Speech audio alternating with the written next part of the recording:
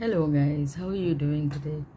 So this is an emergency video which I had to do today because I was very disturbed with a particular news incident which happened in London, Ontario in Canada. There's a place called London. So it happened here, and though it happened here, I think the topic is very relevant to people all over the world. So I would request you to listen to this, because this is going to probably this is going to affect you. So there's this news which has come out today that a driver slams into a Muslim family, killing 4 people in what Canadian PM calls a terrorist attack. It seems that this was a premeditated this is a planned and premeditated act motivated by hatred for a particular community. It is believed that the victims were targeted because they were Muslim. So the Detective Superintendent Paul White of London Police said that. But remember, this London is Ontario, Canada, London. So I deeply condemn this kind of attack, and I definitely would call it a terrorist attack. And terrorism has no religion. Terrorists, rapists, they don't have any religions, so they are murderers, so they should be handled likewise. The terrorist can be of any religion, of any race, color, but he should be handled like a terrorist. That's what my opinion is. But that's not what I'm here for. Today I'm here for a different reason altogether. You see, there is another point to this whole thing. Okay, so the point is, Muslims in all part of the world, let me be very blunt, okay, Muslims in all part of the world have been appeased for I don't know how many generations, ever since probably the 2001 September 11 attacks, or probably before that. They were always considered the minority, and they were appeased by all governments, including Indian government and Canadian government and US government. US government, of course, kind of they had different ideas, okay, but Canadian government has been appeasing them for a very long time. And what I feel is, you know, like this community, I'm not against Muslim community, I have a lot of friends in Muslim community, but what I feel is, Muslims do not integrate into the Canadian society. They will not give up hijab, they will not give up burqa, they will wear that the kind of short length kurtis, pajamas and skull caps. It kind of makes them different, stand apart from the rest of the Canadians. So when Indians come to Canada, or Hindus are coming to Canada, we integrate, we kind of wear Canadian clothes, we are celebrating the Canadian festival, we are integrating into the society. That does not make, we may be browns, but people do not exactly classify us into a particular category. The moment they see you, they will not classify you, oh, she's Hindu. Like if I am wearing a sindhu all the time, wearing a sari, okay, if my husband is wearing a dhoti and kurta, just because we are Bengalis all the time, people are going to stare, and people are going to hear, particularly in Canada, people are going to say, even in India, like if you're wearing a dhoti kurta all the time, people are going to look at you, okay? So it's even in a country like India, where like the dhoti kurta is the country, even there people are looking to look at you if you're going to wear a dhoti kurta all the time. So you have to let go of certain cultures and customs to integrate into the society, and then only people will think कि ये अपना है ना? नहीं तो people, that's one point, that's people are going to always look at you as she's a Muslim or he's a Muslim guy, because he's dressed differently, he wants to be classified as a Muslim. So what happens is that naturally, unless and until you talk to the person, naturally in the natural it's very naturally this there's going to be some kind of a non-communication between them. Like they wouldn't want to go and communicate with a Muslim. I don't know how she's going to react if I tell her this, if I tell her anything about the religion, anything about how she dresses, because that's the first thing it comes to your mind when you see a Muslim person with a hijab or a burqa, and you don't know what to say to that person, what's going to be the common ground that we can come to, right? So if you see a person wearing a skull cap, immediately you'll think that the person is a very staunch religious guy. So if you're not that much of a religious guy, which is like becoming the majority of the population is not becoming not so religious. So if you're not, like if a Christian is constantly wearing a cross on his like bearing a big cross on your chest, and you know, wearing the Christian dress, or then you are constantly going to identify him as a Christian person. Okay, so if I am going to wear lots of madhuli and malas and lots of huge bindi on my head and vermilion, and all the time I'm dressed like that, okay, whenever I step out, people are going to identify me as a Hindu, staunch Hindu fundamentalist. So they will not be able to communicate or interact with me. So this has been a problem in Canada ever since I came in here. I've seen this. Like Muslims, they are one category, and rest of the religion, like Hindus, are not, they cannot be identified. So rest are like Hindus and Christians and browns, and you can obviously see the brown color and see the white color and black color. So that is not so important as much as if you're throwing your religion into others' faces. So what Muslims are doing is throwing their religion into others' faces. In fact, second point is, there in every office there is a prayer room dedicated. They don't say it, they just say it's a prayer room. No, but everybody knows it's dedicated for the Muslim namaz. So why is that? If you are a secular country, why would you dedicate a prayer room to anybody for the matter? If you want to pray, you go to your mosque, you go to your temple, you go to your church. You don't have to pray. If you are going to pray in the workplace, that means you are indulging this kind of, you're not a secular workplace.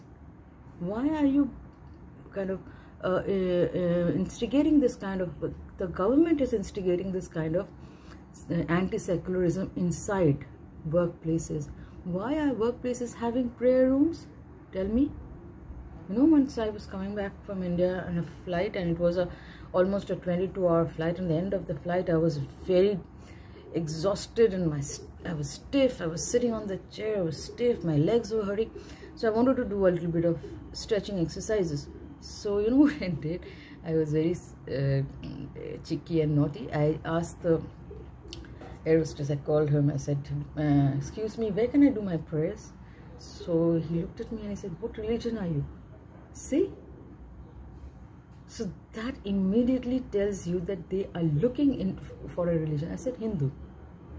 So he said, okay, you can do it, we don't have a prayer room, but you can do it in the front of the plane. So I actually did my yoga and Surya Pranam straight in front of everybody. I said, I don't give a toss to whoever, whatever the thing. So I did my stretching exercises over there.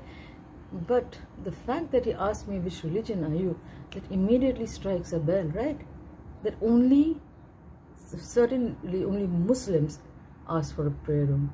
Hindus will not ask for a prayer room in a flight. Everybody has their own gods. In fact, I'm writing a book which is very much anti-God. I'll talk about it later, which is, it's in the process. I'm working on this book, my 6th book. So that's in the process. I'll talk about in a different video altogether. If you're interested, you can watch that video. I'll name it particularly that it's about my book, nothing else. So, but that's an anti-God book, because I am not a religious person. I don't believe in personal gods. So, okay, I understand.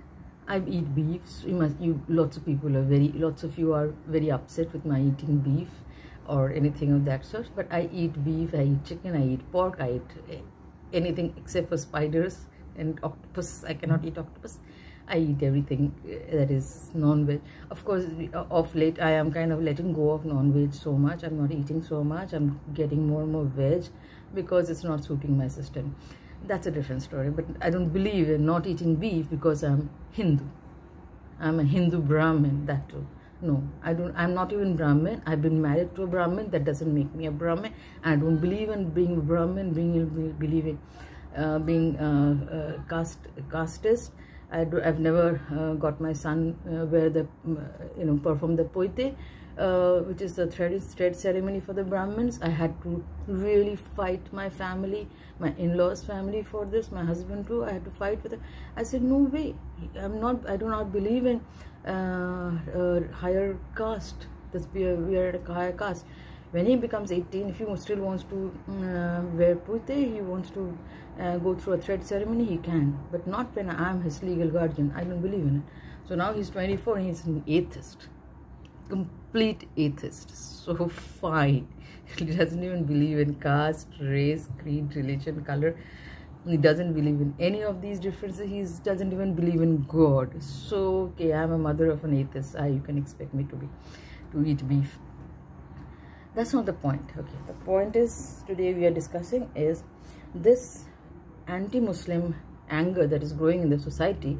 It is, I'm not justifying it at all, but it's a result of cause and effect. It is a result of cause and effect. It's a result of too much appeasement of the Muslims in every part of the world. Muslims have been appeased. Why are they even appeased? Why are they even identified as a different class? I mean, to be appeased or to be bully or to like kind of kill them. I mean, what is this? This is a society we are going to Mars. We are going towards interplanetary human settlement. And what are we doing? We're still fighting. We're still identifying these people as Muslims. We are identifying these people as Chinese, Asians, and we are attacking them. Yes, we have a lot of anger maybe, I have a lot of anger against the Chinese government. You might be having a lot of anger against the Muslims because some Muslims sometime in the past had caused harm to your family or your people. But that doesn't mean this particular innocent family is responsible for it. Fine. So you cannot take the blame of somebody else and put it on somebody else. I know it's cause and effect, but we are humans. We should control it. We should understand it. At the same time, I would request you Muslims not to be identified, not to blend with the society. Why are you throwing your religion on us? In India, it is not like that. In India, nobody understands who's Muslim and who's not.